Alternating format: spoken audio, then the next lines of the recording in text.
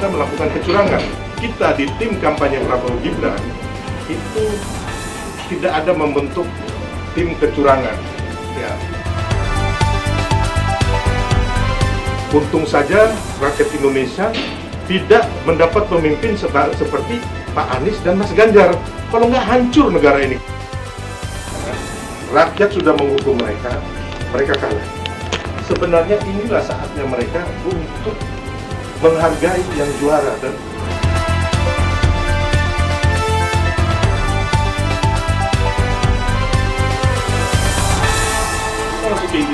intinya aja Bang.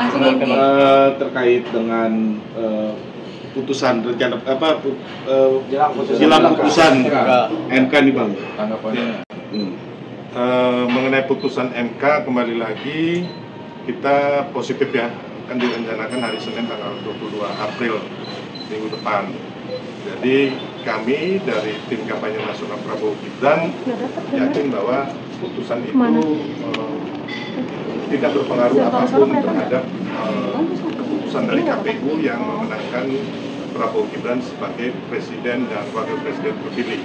Karena apa? Karena kami yakin bahwa semua bukti, semua saksi dan juga saksi ahli yang diajukan oleh pihak paslon 01 dan 03 tidak secara nyata dan terbukti, apalagi yang secara TSM atau terstruktur sistematis dan masif. Karena kami tim Prabowo Gibran dan juga Pak Prabowo dan Mas Gibran meyakinin betul bahwa kita sudah merasakan ya, ketika kami berkampanye belusukan anak-anak kecil, bahkan ibu-ibu, anak-anak muda, semua antusias gitu loh.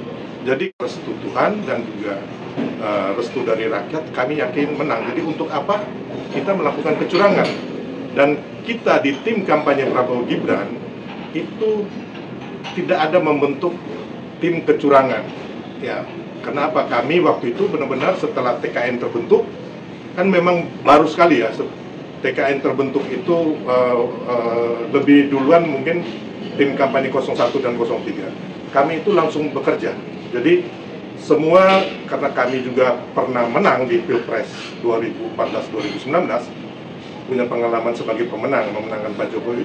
Kami semua masing-masing, baik itu partai, baik itu relawan dan semua pendukung, ibu-ibu, anak-anak muda, kami langsung tahu apa yang harus kami lakukan untuk memenangkan Prabowo Gibran. Dan juga ditunjang oleh faktor ada Pak Jokowi terus terang aja, ya kan? Terus faktor Mas Gibran juga yang sebagai anak muda, dan juga faktor Pak Prabowo.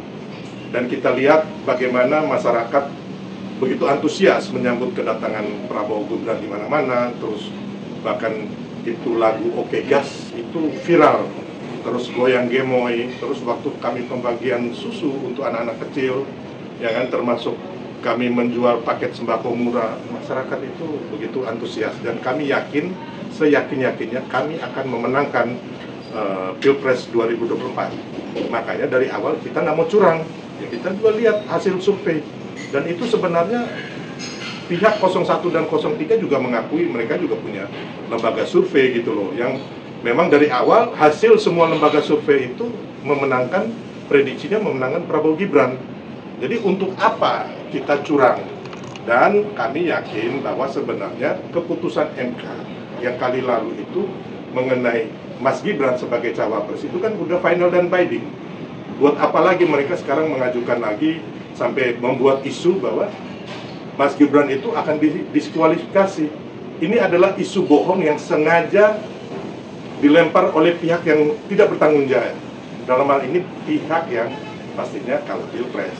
Jadi ya kami minta mengimbau aja kepada pihak 0103, kita menghormati apa yang akan menjadi keputusan, tapi tolong tidak usah memframing atau membuat opini-opini bohong yang akhirnya memecah belah bangsa, rakyat kita, dan juga membodohi rakyat kita. Biarkan ini semua berjalan, nanti tanggal 22 April, hari Senin besok, MK memutuskan, ya kan, apakah MK akan memutuskan seperti waktu 2019, yang mana waktu itu yang mengajukan adalah Pak Prabowo dan Mas Sandiaga Uno. Waktu itu MK mengembalikan bahwa keputusan itu kepada Bawaslu. Jadi memang saya juga harusnya, teman-teman juga kemarin kan ada Bawaslu juga, ya kan? Harusnya itulah tempatnya. Tapi karena mereka juga mau mengajukan MK, ya silakan saja. Nanti kita lihat MK apa yang akan diputuskan. Ada beberapa opsi, apakah itu diterima, dikabulkan, atau dikabulkan sebagian, atau ditolak. Ada 4 opsi yang akan dilakukan MK, dan kita sebagai rakyat Indonesia, kita dari tim Prabowo Gibran juga, kita akan menghargai apapun yang akan diputuskan oleh Mahkamah Konstitusi. Tapi kami minta apabila MK sudah memutuskan juga, jangan sampai dibilang lagi MK ya kan, ada main atau masuk angin dan sebagainya. Kemarin KPU juga dituduh kayak begitu, Bawaslu juga, ya kan. Padahal mereka harusnya pihak 01, 03, mereka menghargai dong itu KPPS, begitupun saksi-saksi dari 01 dan 03 yang tersebar di seluruh TPS. Kan itu saksi mereka juga. Ya, jadi kalau kita mau curang, kenapa juga, ya kan, Mas Anies 01 bisa menang di Sumatera Barat dan Aceh. Harusnya kalau kita curang, kita menang semua dong, gitu loh. Apalagi yang menyangkut bansos itu kan bansos dibagikan juga di di Aceh dan Sumatera Barat. Jadi banyak hal yang saya lihat ini, opini-opini ini kayaknya sangat membodohi rakyat kita. Kasihan banget. Untung saja rakyat Indonesia tidak mendapat pemimpin seperti Pak Anies dan Mas Ganjar. Kalau nggak hancur negara ini. Kenapa? Yang mereka bisa lakukan itu hanya adalah membodohi rakyat, membuat opini-opini yang akhirnya memecah belah bangsa kita dan menjerumuskan rakyat kita jadi kurang smart gitu loh. Karena opini-opini yang menyesatkan dari paslon-paslon yang berhalusinasi ini, dan memang sengaja mereka itu memframing seolah-olah mereka yang pantas jadi pemimpin, tapi ternyata kasihan, ya kan? Rakyat sudah menghukum mereka, mereka kalah. Sebenarnya inilah saatnya mereka untuk menghargai yang juara dan menghargai suara rakyat yang 58% mendukung Prabowo Gibran. Kita pun sebagai pemenang menghargai kok yang rakyat yang tidak memilih Pak Prabowo dan Mas Gibran yang 16% sama 25%. Kita hargai, itu bagian dari bangsa kita. Makanya kita juga ingin merangkul gitu, termasuk Pak Prabowo dan Mas Gibran, istilahnya bahwa kemenangan ini kita persembahkan untuk rakyat Indonesia. Bang, tapi kalau kenyataannya putusan MK mengabulkan, upaya apa yang akan diambil? Ya, kami sih tidak mendahului takdir ya. Tapi menurut kami hanya mungkin 1% aja yang MK akan mengabulkan. Karena kita lihat bahwa kita juga bisa memprediksi, kita juga orang hukum, mengerti hukum, bahwa apa yang diajukan, bukti-bukti dan saksi-saksi semuanya tidak valid dan tidak akurat. Jadi menurut saya, Mas, yang kita dapatkan kalau memang nanti MK menolak gugatannya itu akan ada pengerahan massa. Oh enggak, saya pikir sendiri gimana, Bang? Enggak ada. Massa juga atau enggak ada. Jadi kalau kita dari tim kampanye Prabowo Gibran, kita atas restu Tuhan dan surah itu, kami yakin bahwa MK akan melakukan yang terbaik dan kita tidak akan melakukan demo ataupun pengerahan massa. Kalau itu pun terjadi, ya kita mekanisme hukum yang akan kita lakukan gitu. Mekanisme ketatanegaraan yang akan kita lakukan. Oke, satu lagi Bang, terakhir Bang. Kemarin kan sempat dipanggil Pak Jokowi ya Bang. Ya. Apa sih yang dibahas Bang? Ya, jadi saya dipanggil Pak Jokowi 2 minggu lalu, berdua, Bapak minta masukan.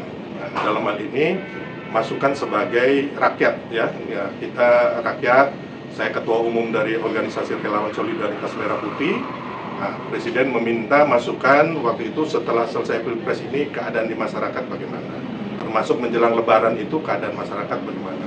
Ya, saya ceritakan bahwa semuanya kondisinya baik-baik saja Indonesia ini, ya kan. Kita lihat juga masyarakat masih bisa makan, ya kan, masih bisa bersekolah, semuanya bisa bebas berdemokrasi, tidak ada tekanan apapun. Hanya memang ada beberapa masyarakat yang untuk urusan keadilan hukum, ya kan, nah itu saya laporkan ke Presiden. Termasuk ada beberapa kementerian yang belum perform, termasuk proyek strategis nasional yang belum begitu perform. Jadi saya melaporkan agar jangan sampai ada laporan yang dari orang-orang yang asal Bapak senang, tapi kalau kita memang kita laporkan apa yang terjadi, keluhan dan juga dari kezaliman ataupun apapun yang terjadi di masyarakat kita. Itu yang saya laporkan. Bang, tambahan dong Bang, selama jalannya sidang MK kurang lebih dari 2 minggu ini, Abang melihat perjalanan persidangan ini bagaimana Bang? Kan saksi-saksi sudah dihadirkan, ada Ya. yang dihadirkan, ini bagaimana Bang? Ya bagus-bagus saja sih. Kalau menurut kami sih itu satu hiburan ya. Jadi kita nggak terlalu yang bahwa ini mencekam gitu, ketakutan kayak kemarin mau dipanggil menteri ya kan. Ternyata waktu saya ketemu presiden 2 minggu lalu bilang silakan menteri-menteri itu untuk hadir, untuk bersaksi, dan presiden tidak akan mencegah itu. Dan ternyata kesaksian para menteri itu akhirnya terbuka lebar bahwa siapa yang benar dan siapa yang salah, siapa yang melakukan kejahatan ataupun kekurangan atau siapa yang tidak. Jadi menurut kita apa yang terjadi di MK ini adalah suatu hiburan, ya kan, suatu yang baik-baik saja. Itu satu pembelajaran mengenai hukum dan politik yang bagus buat bangsa kita. Jadi kita nggak cemas karena kita dari awal memang tidak pernah melakukan kecurangan. Karena kami berprinsip di TKN Prabowo Gibran 02, apabila kami melakukan kecurangan, kami akan melakukan dosa yang besar dan pembelajaran politik yang tidak baik buat anak cucu kita. Jadi kembali lagi, kecurangan itu kami yakin 100% kami tidak melakukan kecurangan. Tapi kalau pelanggaran yang terjadi di TPS ada secara kasuistik, sama seperti yang dikatakan oleh Bawaslu. Mantap Bang, satu lagi Bang, ini kan pasca lebaran kemarin kan infonya itu kan P3 mau masuk ke TKN sendiri nih, ini gimana nih Bang? Ya, kalau untuk beberapa partai yang akan bergabung, saya pikir ada komunikasi-komunikasi itu, dan kita menerima dengan baik. Karena apa? Yang Pak Prabowo dan Mas Gibran katakan bahwa kemenangan ini dipersembahkan untuk seluruh bangsa. Saatnya kita bergandeng tangan, kita bersatu, agar Indonesia bisa menjadi negara maju, bukan negara gagal. Makanya itulah yang mengapa kami mendukung Prabowo Gibran gitu, untuk supaya Indonesia ini tidak menjadi negara gagal. Hal-hal ini yang kita menerima dengan baik, siapapun yang ingin bergabung untuk membangun bangsa. Tapi udah ada komunikasi sendiri belum sih dari P3? Sudah ada ya. Kalau untuk komunikasi sama beberapa teman, hampir semua partai ada komunikasi. Kalau Anda lihat potensialnya bagaimana? Ini kan juga ada komunikasi politik antara mungkin Puan Maharani, Prabowo dan sebagainya. Iya, saya pikir positif aja ya. Itu sangat bagus. Ya, kita juga tidak menolak ya, sebagai pemenang kita tidak egois. Jadi konsentrasi politik ini adalah hal yang rumah, hal yang baik buat alam demokrasi. Siapapun yang jadi pemenangnya wajib merangkul yang lainnya. Bagus Jokowi. Session foto. Gelap ya? Gelap ya? Tunggu dulu. Aku mau ambil foto scanner. Sama aja kalau ambil foto kayaknya ya, lebih terang. Kita nggak pakai light. Bagus nggak?